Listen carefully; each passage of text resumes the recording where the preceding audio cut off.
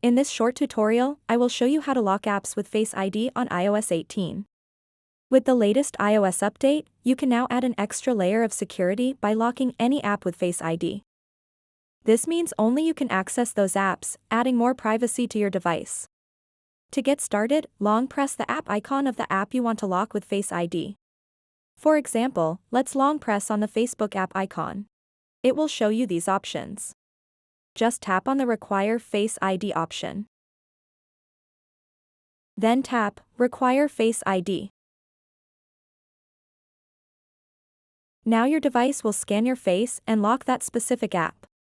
With Face ID enabled, you will need to use Face ID to open the app or even interact with it through Siri. Also, one key benefit of locking apps with Face ID is that notification previews and Spotlight will not reveal any content from the locked app. By utilizing this new feature to lock apps on your iOS device, you can have peace of mind knowing that your private data is more protected from unauthorized access. So that wraps up this tutorial. If you have any questions about this whole process, please let me know in the comments section below.